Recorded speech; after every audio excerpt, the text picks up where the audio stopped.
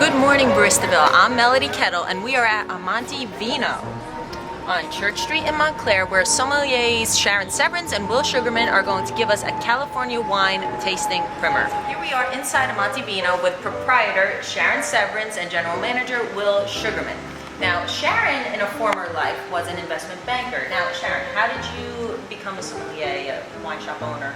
How did this happen for you? I literally signed up for a professional wine class for giggles. It was a hobby, and I was interested in learning a little bit more about my passion, about my hobby. And I finished the first class and signed up for the next and the next and the next. And after a couple of years, I started teaching wine classes nights and weekends, and I found that I really loved my night and weekend job, but my day job was a little bit less interesting at that point. So I found out about a liquor license. Whole Foods was looking to sell their Montclair license, and I started bidding on it, again, just for fun. It never occurred to me that I was actually buying a liquor license. And after 4 months of negotiating, they called and said, "Congratulations, Sharon, you won." What are we tasting? So today we're going to taste a California Cabernet, which is definitely a classic example of a very culty wine these days. Show us how to pour, show us how much we should pour if we were tasting. Absolutely, so just to do a tasting pour, we just want to pour just about that much. You don't want to pour too much because then you're not going to be able to swirl the wine in the glasses. Sharon will show You really want to swirl the glass around because you want the wine to get as much exposure to oxygen as possible to really bring out those fruit flavors. I see. All right, so we swirl it. Oh, you're really swirling. The wine. And then you really want to spend some time smelling the wine, because you can smell a lot more than you can actually taste, and then you can use the palate to kind of confirm what you smell. Okay, so tasting is a very olfactory thing. It really is. Okay. A lot of the wine press is very focused on, is it blackberry or Right. black cherry?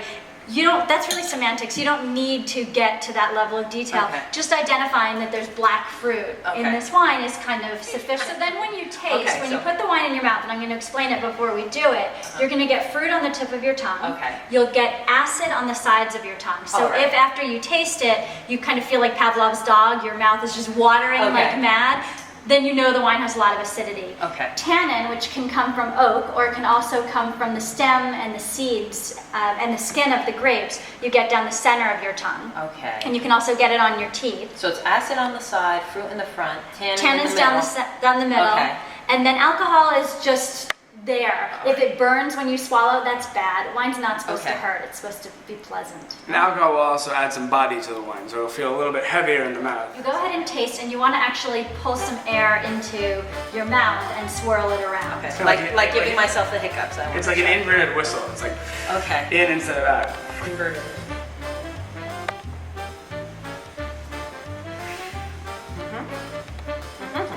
Exactly. And move it around.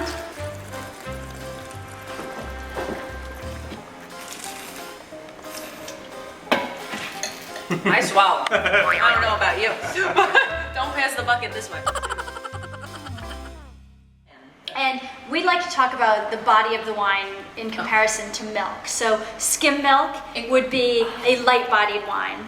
A 2% milk wine, a 2% milk would be kind of a medium-bodied, and a full-fat milk or even a heavy cream is full-bodied. So this would be a This full-bodied seems wine. like whole milk. Absolutely. Oh, that's a good little way to do it. See, remember that milk. Compare your wine to milk. It's good. That means you can drink it in the morning then. Exactly. You're comparing You it put to it- milk. You put it on your cereal. And you can pour it. The most important thing is that wine is balanced. So what does that mean? If you pick up a glass of wine and you're smelling it and you smell 100 different flavors and it smells like raspberries and cherries and dark chocolate and all this, and then you taste it and it tastes like Jack Daniels, Oh. it's not a good wine That seems because wrong. the alcohol is just too high, right? So it's really more important that all the components are balanced, and the components that we look for are, one is alcohol. You want to make sure that there is some alcohol present. Obviously, And that's why we're heaviness here you in the want first to feel. place. Right. I get But it will add some body and a little bit of Okay. warmth. But too much alcohol will burn. It would burn going down. Exactly. We want to make sure that a wine has enough acidity. So again, acidity is often a word that people sort of have a negative association with. Right. You know, they think, oh, it's tart, it's acidic. But in reality, acidity is very important as far as food pairing goes, because acidity is what will make your mouth water. So oakiness is a word that gets thrown around a lot with wine, and this Crosby Cab is a very, very nice California Cabernet, but it's at $10.99. It's at $11 a bottle, which is a great price point, a price point that many people are looking for. The problem with oak at that price point is that oak barrels are extremely expensive. They can be thousands of dollars a piece. So whenever you find a wine that's coming in at $10, $11, $12, it's very hard to actually use real oak barrels to get that oaky flavor. So in many cases, producers will sort of cheat and take shortcuts. So there are a number of ways to do this. One way is to use oak staves, which almost look like tan bark that you see in the playground. Just oak chips that they throw into the wine, and they let the chips sit with the wine for a while, and then they will filter out the wine off the chips. And what it gives you a very sort of superficial oak flavor. So wine that sits in a barrel will bring on these oaky flavors slowly, but it'll also sort of oxidize a little bit. And that oxidation gives it a little bit fuller bodied. Oak chips will only give you that oak smell. And you don't carry any wines that use the synthetic? We do not. You do not. Finish. Finish is another word that gets talked about a lot with wine, and really that's how long do the flavors linger after you've swallowed. So, and really the better the wine, and it's not always the more expensive the wine, but if you're paying $80, $50, $60, $70 a bottle, you're going to want to look for a very, very long finish. So after you swallow the wine, you should still get some residual flavors that hang on at the back. Now, with a less expensive wine, you do want to have some finish, but you wouldn't expect it to be as long. There are a few different wine closures available. The standard cork, the synthetic cork, and the screw cap. Now, Will, what are the difference between these three types? So traditionally, cork obviously was the method used to enclose bottles. And the great thing about cork is that cork has tiny little holes in it that slowly allows oxygen into the bottle. So when we talk about a wine aging and getting better with age, the reason that's happening is because oxygen is slowly getting into the wine and allowing it to develop certain flavors that we associate with age. Things like tobacco and leather and smoke. And all of these things will come from the air slowly getting into the wine.